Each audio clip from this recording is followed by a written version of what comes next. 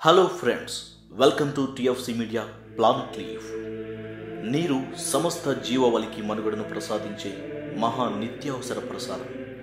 ఈ ప్రపంచంలో ఏ జీవి అయినా సరే భూమి మీద మనుగడ సాగించాలంటే ఖచ్చితంగా అవసరం నీరు అనే సంగతి నేను మీకు ప్రత్యేకంగా చెప్పను. కానీ నీటి గురించి మీలో చాలామందికి తెలియని కొన్ని ఇంట్రెస్టింగ్ విషయాలు, అలాగే ఇప్పటి వరకు నీటి చాటున పాతుకుపోయిన కొన్ని నమ్మలేని నిజాలను మాత్రం చెబుతాను.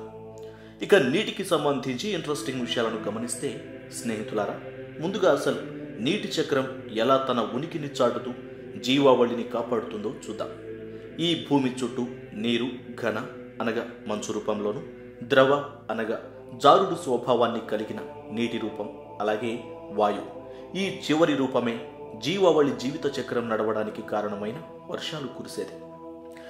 ఏ విధంగా అనగా నదుల నుంచి సముద్రంలోని నీరు సూర్యరశ్మి ప్రభావంతో ఆవిరి కాగా, ఆ ఆవిరి వాయుమండలంలో పలు చర్యలు జరుపుకొని, అంటే ఒక విషయం ఇక్కడ నేను చెప్పే వాయుమండలం అనగా మన వాడుక భాషలో మేఘాలు అని అర్థం.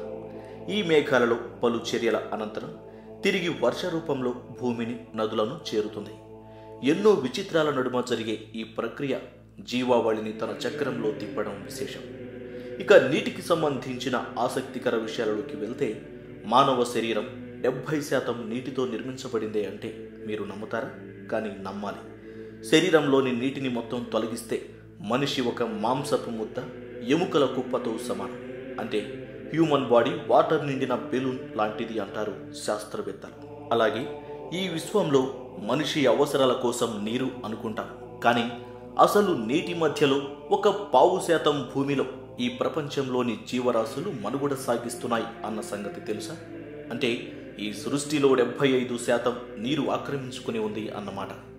ఇక అదే విధంగా నీరు ఒక్క భూమి చుట్టూ ఉంది అని మాత్రమే చాలామందికి తెలుసు. కానీ నీటి ప్రవాహం అంగారకుడు గ్రహం మీద, అలాగే చంద్రుని మీద కూడా ఉంది అనే విషయం తెలియకపోవచ్చు. కానీ ఇది నిజం.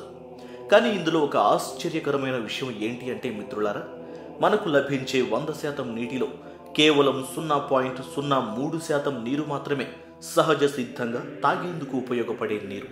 వినడానికి విచిత్రంగా ఉన్నా కూడా ఇది నిజం. మిగతా చాలా వరకు నీరు ప్యూరిఫైయర్స్ ద్వారానే తాగుతున్నాం. నీటి యొక్క ప్రవర్తన, వాటి స్థితిని బట్టి చాలా విచిత్రంగా ఉంటుంది. నీరు వేడిగా ఉన్నప్పుడు కన్నా చల్లగా ఉన్నప్పుడు బరువు ఎక్కువ.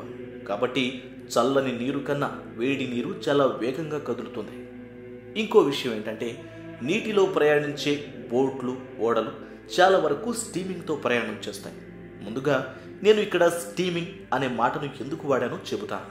సాధారణంగా నీటిలో నడిచే వాహనాలు నడవాలి అంటే బొగ్గును రాజేసి దాని ద్వారా వచ్చే వేడితో నీటిని ఆవిరి చేస్తూ తద్వారా పడవలను, ఓడలను పరుగులు పెట్టిస్తారు.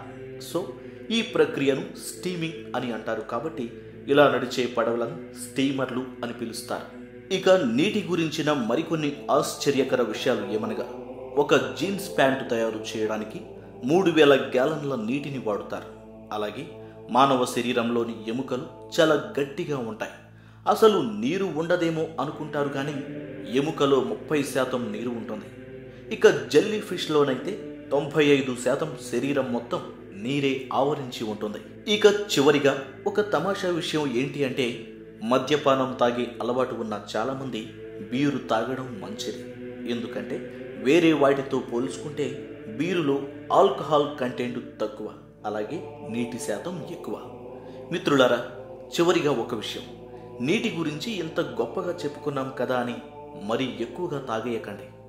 నీరు విపరీతంగా తాగితే ప్రాణానికే ప్రమాదం. గుర్తుపెట్టుకోండి, విపరీతంగా తాగితే. ఇది మిత్రులారా నీటికి సంబంధించి నేను మీకు అందిస్తున్న సమాచారం. దీనిపై మీ అభిప్రాయాన్ని మాకు మీ కామెంట్ ద్వారా తెలియజేయండి. ఒక్కటి మాత్రం నిజం, మా ప్లానెట్ లీఫ్లో మీకు ఇచ్చే సమాచారం ఖచ్చితంగా ఉపయోగపడేదే, కానీ కల్పితం అస్సలు ఉండదు అని మనవి.